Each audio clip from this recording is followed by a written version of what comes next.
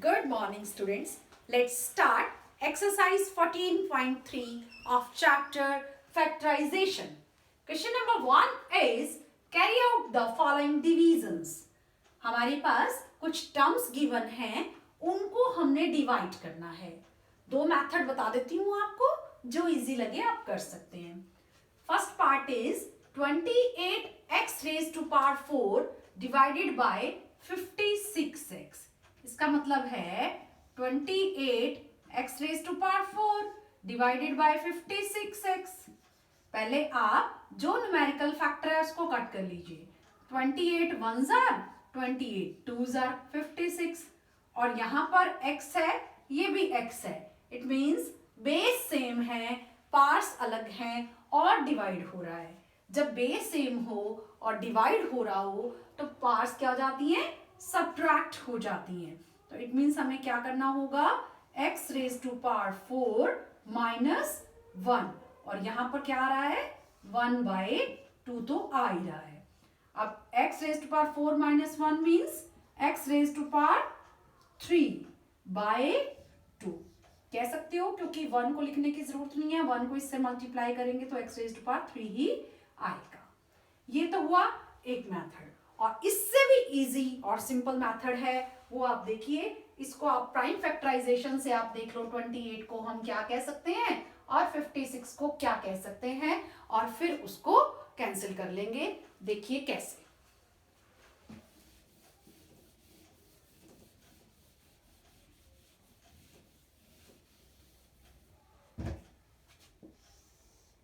सबसे पहले 28 2 से डिविजिबल है, 14 आ जाएगा, 7 आ जाएगा, 7 1 जार आ जाएगा. मीन्स 28 को आप कह सकते हो 2 into 2 into 7.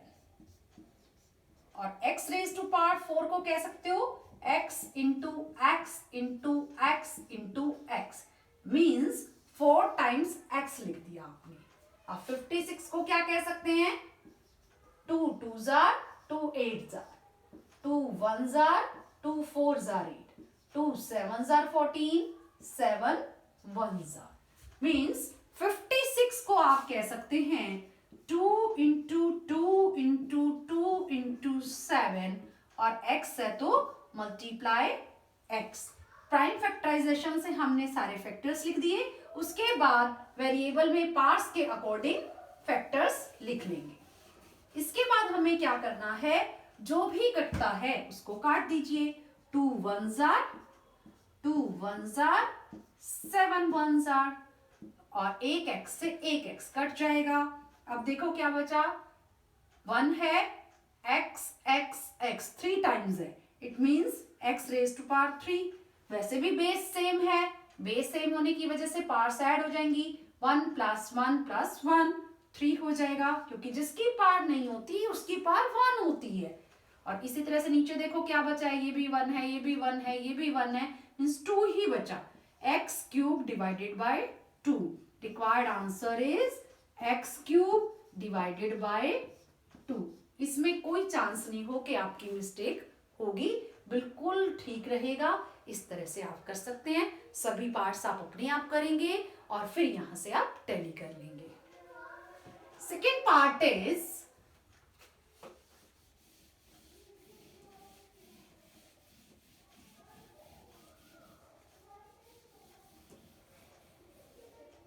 -36 y³ divided by 9y². अब देखिए 36 को आप क्या कह सकते हैं, 36 को आप कह सकते हैं 2 1 jar 2 8 jar 16, 2 9 jar 18, 3 3 jar 9, 3 1 jar 3. अब क्योंकि यहां पर माइनस है, आप -1 पहले लिख लीजिए. ठीक है, क्योंकि माइनस है इसलिए 1 के साथ हम माइनस लगा देते हैं. बाकी सारे फैक्टर्स हम पॉजिटिव रखेंगे, यानी प्लस में रखेंगे. 2 इंटू 2 इंटू 3 इंटू 3, 2 2 4, 4 3 12, 12 3 36. 36 आ रहा है. ये हो गया। और y क्यूब को हम कह सकते हैं y into y into y. अब देखो 9 के क्या हैं प्राइम फैक्टर्स, यहीं से देख सकते हो, ये 9 है, 3 3 ज़ार 9, 3 इंटू 3। अगर आप अलग से करना चाहो तो अलग भी कर सकते हो, 3 इंटू 3। वाई स्क्वायर को आप कह सकते हो y इंटू वाई। आप कैंसिल कर लीजिए, 3 1 ज़ार 3 1 ज़ार, एक y से एक y कैंसिल, दूसरे y से दूसरा y कैंसिल। अब देखिए 2 2 ज़ार 4 और इधर y बचा हुआ है 4y और -1, इट मीन्स -4y। 4 1 ज़ार 4 और minus plus minus minus -4y। नीचे देखो कुछ बचा है क्या, कुछ भी नहीं है, 1 ही बचा है, तो इसको हम क्या कह सकते हैं, -4y। Means -4y is the required answer. Now third part.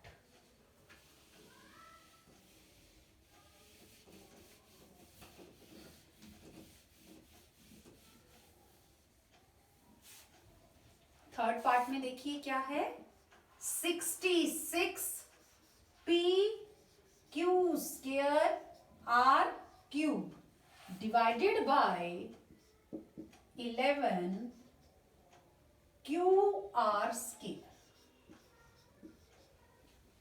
अब 66 को आप क्या कह सकते हो, देख लेते हैं। 2 की टेबल में जाता है, ये ध्यान रखेंगे हमेशा प्राइम फैक्टर लेना चाहिए। 2 3 ज़ार 6, 2 3 ज़ार 6, 3 1 ज़ार 3 1 ज़ार, 11 1 ज़ार 11। अब 66 को हम कह सकते हैं 2 इंटू 3 इंटू 11, ठीक है। और p q स्क्वायर है तो q into Q, r cube है तो r इंटू आर ये कह सकते हैं। डिवाइडेड बाय 11, 11 क्या है, 11 तो ऑलरेडी प्राइम नंबर है, तो 11 से ही जाएगा, means 11 q multiply q, r square है तो r इंटू आर, ये सारे फैक्टर्स हो जाएंगे। अब हम इसको कट करेंगे, देखिए 11 1 ज़ार 11, q से q कैंसिल, r से r कैंसिल, r से r कैंसिल। अब देखो क्या बचा, 2 3 ज़ार 6, 6 बचा, ये p बचा, ये q बचा और ये r बचा। 6pqr, नीचे क्या बचा देखो, 1 है, ये भी कैंसिल हो गया था, 1 है, ये भी 1 है, ये भी 1 है, ये r से r कैंसिल, r 1 ज़ार r होता है इसलिए 1 ही रहेगा, तो 6pqr divided by 1, it means 6pqr आया ये, तो आंसर इज 6pqr। इस तरह से आप डिवाइड कर लेंगे। नाउ फोर्थ पार्ट,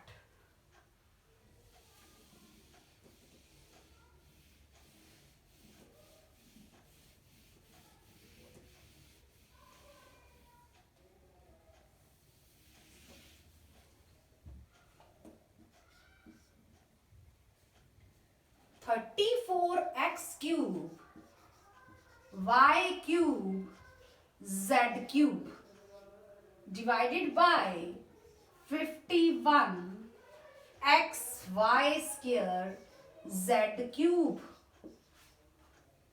देखिए कैसे करना है, पहले 34 के प्राइम फैक्टर्स देख लेते हैं।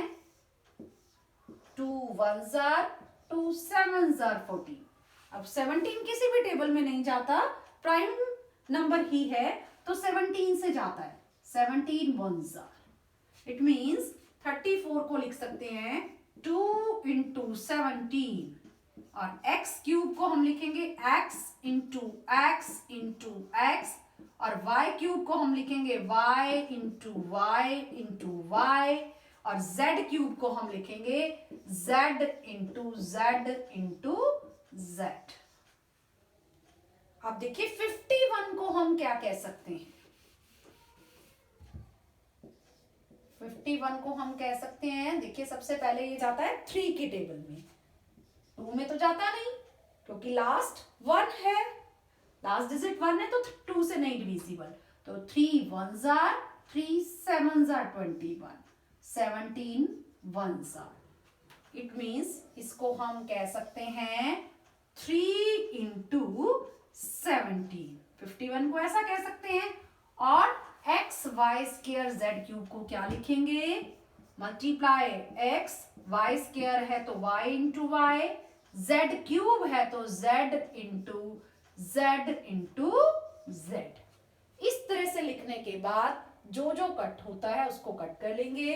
अब देखो 3 कट नहीं होता, 17 से 17 कैंसिल, 17 1s are, अब x से x कैंसिल, y से y कैंसिल, y से y कैंसिल, z से z, ये z से ये वाला z, और थर्ड z से थर्ड z कैंसिल, सब में 1 आ जाएगा। ठीक है, अब देखिए क्या बचा, ये 2 बचा, x बचा, अगेन x बचा, यानी 2x square.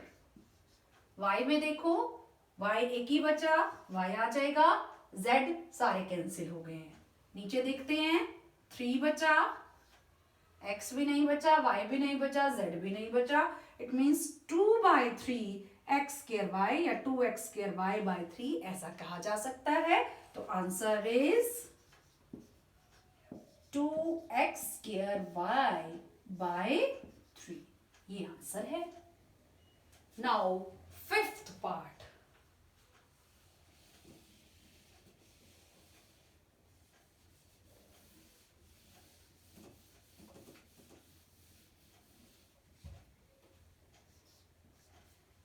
part is 12 a raised to power 8 b raised to power 8 divided by minus 6 a raised to power 6 b raised to power 4।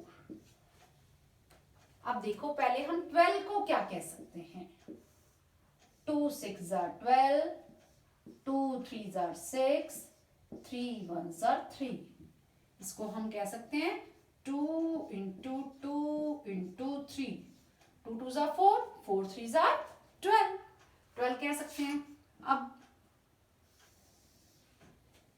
a raised to power 8 है, a को आपने 8 times लिखना है, a into a into a into a into a into a into a, और b raise to power भी 8 ही है, तो इसको b को भी आपने 8 टाइम्स लिखना है, b into b into b into b into b into b into b into b, हमने 8 टाइम्स b लिखा। इसी तरह से यहां पर है -6, पहले -1 कर लेंगे, आप पता ही आपको माइनस है तो माइनस हमारा 1 के साथ ही आ गया। 6 को आप कह सकते हो 2 इंटू 3, 2 3s are 6 है, a raise to power 6 times a लिखेंगे, 4 5 6, और b रेज टू पावर है 4, b को आपने कितनी बार लिखना है, 4 टाइम्स, इस तरह से। अब कैंसिल कर लीजिए, 2 1s are 3 1s are, ए से ए कैंसिल, सेकेंड ए से कैंसिल, थर्ड ए से थर्ड ए कैंसिल, फोर्थ ए से फोर्थ ए कैंसिल, फिफ्थ ए से फिफ्थ ए कैंसिल, सिक्स्थ ए से सिक्स्थ ए कैंसिल। अब बी की बात करते हैं, 1 2 3 4, 4 बी है और ऊपर भी 4 बी कैंसिल हो जाएंगे। अब देखो क्या बचा, यहां बचा 2 और यहां बचा ए, 2 टाइम्स बचा मींस a स्क्वायर हो गया, और b 4 टाइम्स बचा है, it means b raise to power 4 हो गया।